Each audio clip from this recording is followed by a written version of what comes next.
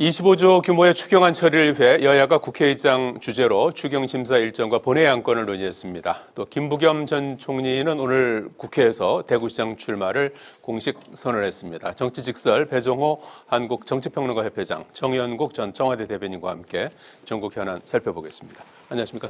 네, 안녕하세요. 자, 먼저 추경안 얘기부터 좀 해봐야 될 것 같습니다. 정부가 내일 추경안을 이제 국무회의를 통해서 국회에 제출할 예정입니다. 25조 규모고 아마 구체적인 내용은 아마 좀 금년간 이제 나올 것 같고 대략 이제 그 민생회복지원금 선별 지급이라든지 이런 내용들이 담겨 있는 것 같아요. 그래서 어쨌든 그 추경안을 이제 논의하기 위한 일정 그리고 이제 본회의 내일도 이제 본회의가 있는데 안건을 이제 논의하기 위해서 여야 원내대표가 우원식 의장 주재로 오늘 오전에 만났는데 입장차가 여전한 것 같아요. 어떤 차이가 있는 겁니까? 일단 뭐 시기하고 방식에 대해서 좀 차이가 있는 것 같은데요. 일단 추경 자체에 대해서는 여야가 이견이 없습니다. 일단 뭐 민주당 같은 경우는 이제 추경을 4월 9일까지는 처리해야 된다. 반면에 이제 국민의힘 같은 경우는 4월 16일 그러니까 일주일 차이가 납니다. 근데 저는 뭐 이 정도를 좀 정치적으로 합의를 못 해낸다는 것이 좀 상당히 좀 실망이고요.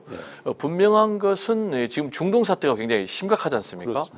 장기화 확전 양상을 보이고 있고 당장 우리 이 유가가 지금 직격탄을 맞고 있지 않습니까? 리터당 뭐 소비자 가격이 2,000원 시대 지금 뭐 눈앞에 도래한 그런 상황이고요. 환율이 이제 1,500선이 넘어섰습니다. 역대급 이제 4위의 최고 가격인데 이러다 보니까 이런 양상이 계속되면은 대한민국의 올해 경제 성장률이 0%대로 떨어질 가능성이 있다.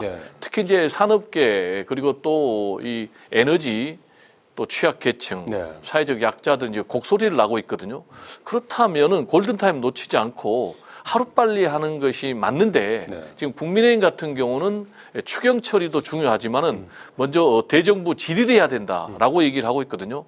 근데 대정부 질의가 중요한 것인지 아니면 신속한 대응이 중요한 것인지 그리고 또 이 예산안 처리하면서 동시에 또 대정부 질의도 할 수 있거든요. 그래서 좀 국민의힘에 대해서 좀 아쉽다라는 얘기를 안 할 수가 없고 지금 이제 방식과 관련해서는 에너지 관련해서 그 손실분을 추경을 통해서 보전하자 이런 부분은 여야가 문제가 없어요.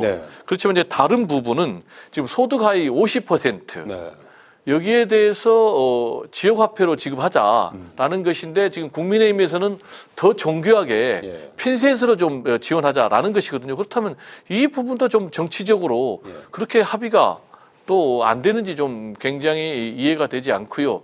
이런 상황에서 장동혁 국민의힘 대표가 지금 정부는 뭐 100원 주고 1,000원 뺏어간다 라면서 또 추경에 대해서 반대하는 그런 입장을 내세우고 있는데 지금 추경 앞두고 정쟁할 그럴 때는 아니잖아요. 민생들 보기에 좀 여야가 나서야 된다라는 얘기를 강조하고 싶습니다. 정 대변인은 어떻게 보고 있습니까? 100원 주고 5천억 뺏어가려고 한다고 하는 주장은 이제 지금 이제 보유세를 비롯한 각종 세금으로 지금 뭐 세수를 늘리려고 하는 것 아니겠습니까? 지금 이제 추경은 초과 세수를 가지고 하겠다는 하지만은 지금 이제 추경을 통해서 자금을 재정을 확대하고 난 다음에 이제 선거 끝나고 난 다음에 또 세금 폭탄을 매길 것이 아니냐.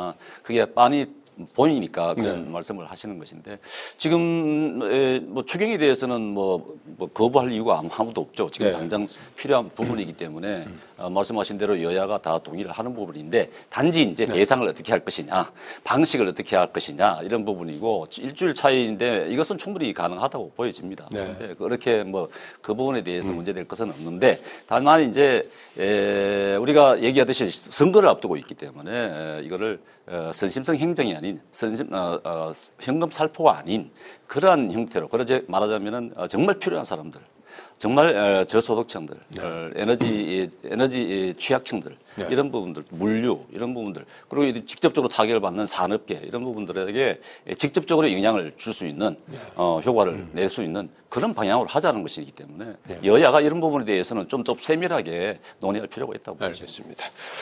자, 추경안 처리 과정 앞으로 좀 면밀히 좀 지켜봐야 될 것 같고요. 김부겸 전 총리가 오늘 대구시장 출마를 공식 선언했습니다. 민주당은 6.3 지방선거에서 대구시장 첫 당선을 노리고 있는 상황이고 또 지금 6명의 후보죠. 국민의 후보들이 오늘 첫 토론회에 나설 예정입니다. 그리고 컷오프 무효 가처분 신청을 한 주호영 국회 부의장은 무소속 출마를 시사하고 있는 상황인데 대구 선거 상황 어떻게 지금 보고 계십니까? 대구 지금 선거전 시나리오 상당히 좀 복잡한데 두 가지 경우가 있을 것 같아요. 첫 번째로는 이제 삼자 대결 구도로 가는 것이 있고 또 다른 것은 이제 양자 대결 구도로 가는 것입니다. 삼자 대결 구도는 방금 말씀하신 조영 의원 지금 가처분 신청을 내놨는데 가처분 신청이 인용이 된다 그래도 또 공간이 열어서 컷오프 시키겠다라고 지금 하고 있는데 그렇게 되면은 주호영 의원 같은 경우는 나는 무소속 나가겠다. 근데 주호영 의원이 굉장히 신사거든요. 그리고 굉장히 신중한 사람이기 때문에 이 정도 수위의 발언을 내놓은 것을 보면 제가 볼 때는 무소속 출마는 틀림없을 것 같습니다. 그렇게 되면 이제 삼자 대결 구도로 가게 되고 그렇게 되면은 김부겸 전 총리가 굉장히 유리한 상황. 왜냐하면 지금 이제 영남일보 여론조사에 보면은 8명 그러니까 뭐 주호영, 이준석 다 포함해도 1대1 대결 구도에서 이기는 것으로 나오고 있거든요. 그럼 만약에 주호영 의원이 출마해서 무소속으로 나가면 최소한 10% 이상은 득표를 할 거니까 그러면 이제 필승 구도가 되는 것이고 국민의힘 입장에서는 필패 구도가 되는 것이죠. 그런데 이제 양자 대결 구도 가능성도 있습니다. 어떻게 하면 양자 대결 구도냐?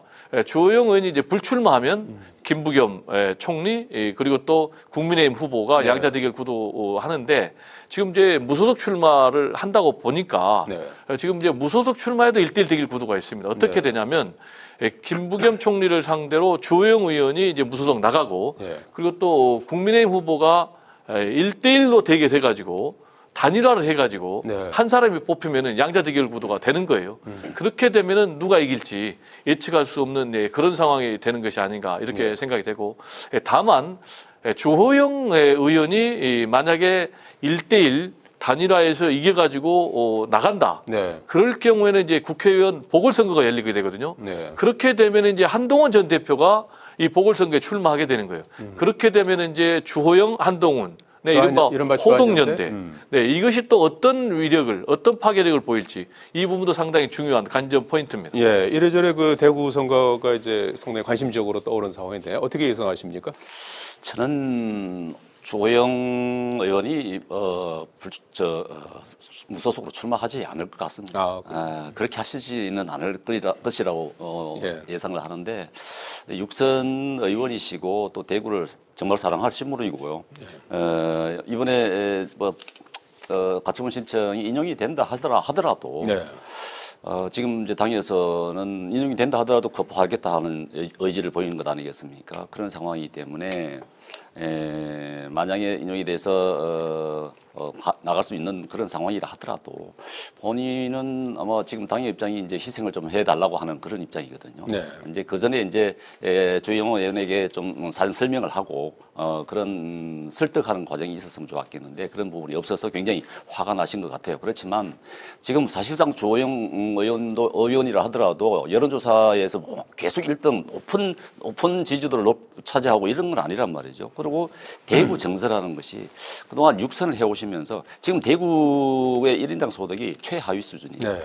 그런 책임을 묻는 부분도 있어요. 6선 하시면서 도대체 왜 이렇게 대구를 나눴느냐 하는 그런 정서도 깔려있는 부분이 있기 때문에 희생을 해주시는 게 좋겠다 하는 것이 이제 당과 공관의 입장인 것 같은데 조영호 의원 입장에서는 지금 만약에 무소속으로 나간다 떨어질 것이 불가피합니다. 그렇게 되면은 우리 국민의힘의 후보도 어차피 영향을 받을 수밖에 없는 것이고 결국은 김부겸 의원 좋게 만들어주는 그런 결과를 낳기 때문에 제가 보기에는 조영 의원 결심을 하셔가지고 나가시지 않고 당내에서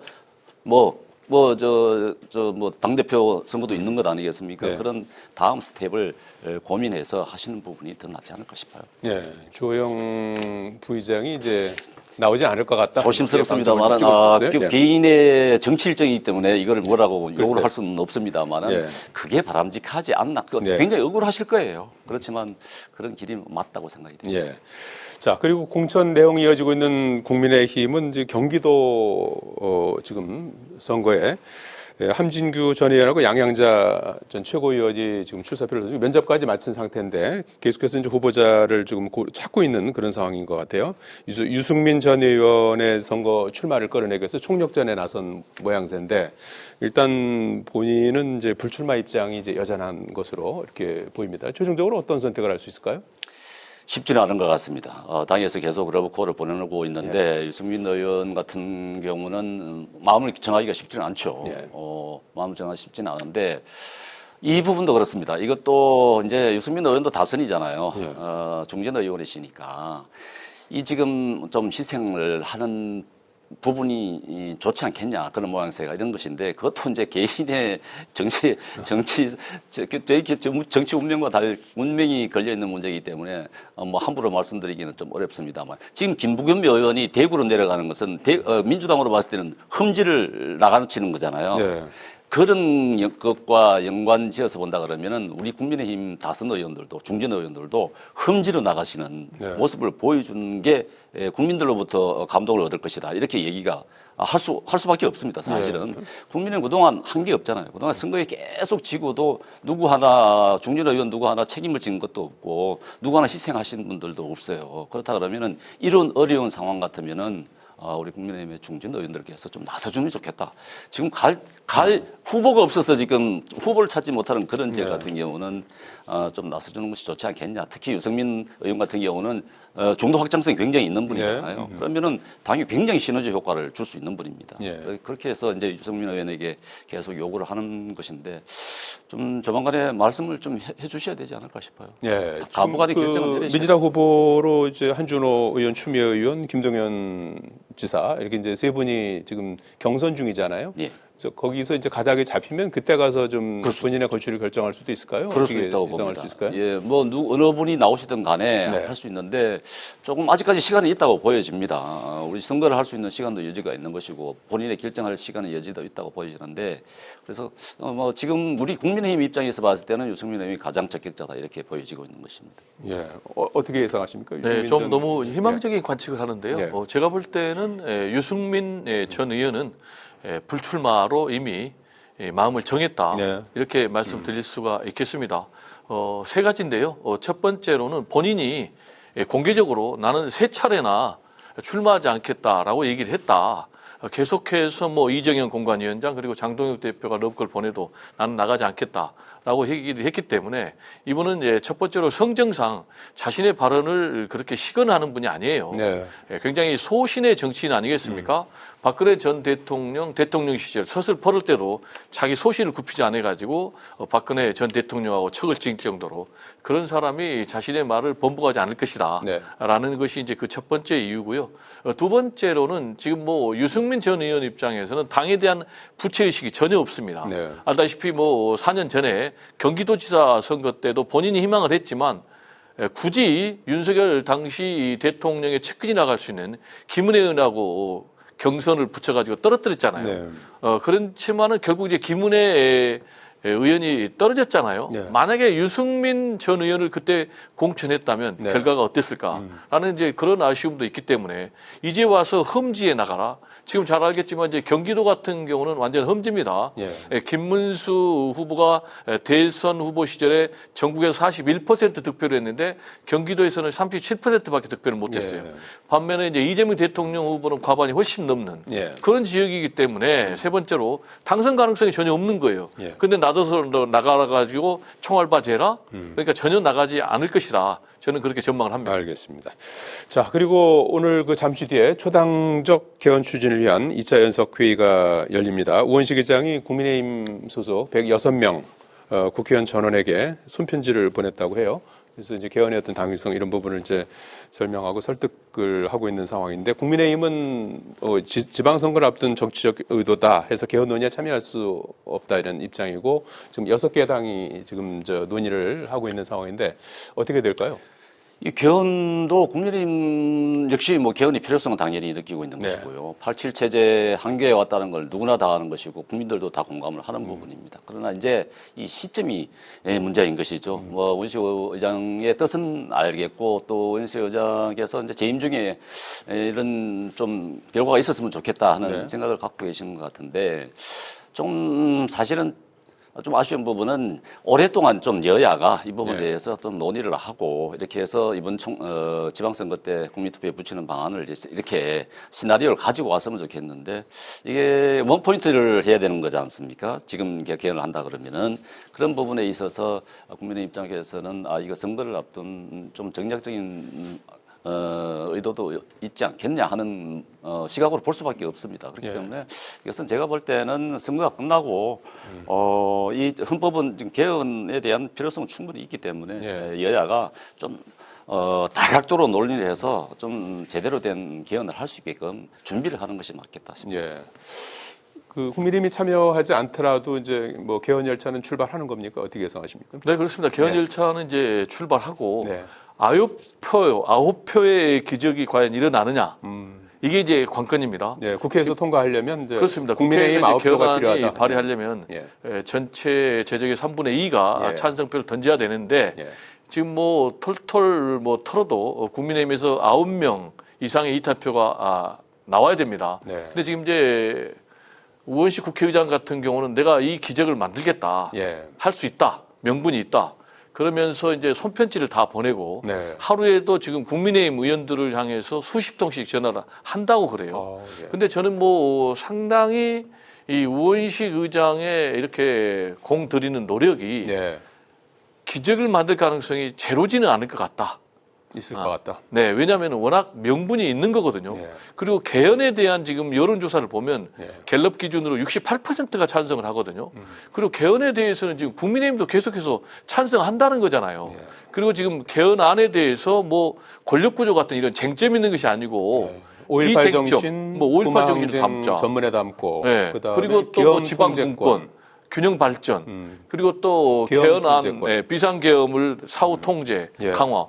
이런 거를 지금 국민의힘에서 왜 안 하는 거냐. 그러니까 저는 좀 이해가 가지 않고 국민의힘에서 지금 주장하는 것이 이거 선거용이라고 얘기하거든요. 근데 국민의힘에서 추경도 선거용이라고 반대하고 개헌도 추경 뭐 이것도 반대하고 내란 심판 재판도 이것도 반대하고 그러면은 다 지금 국민의힘에서 주장하는 것은 지금 국민들의 뜻과는 반대로 가고 있거든요.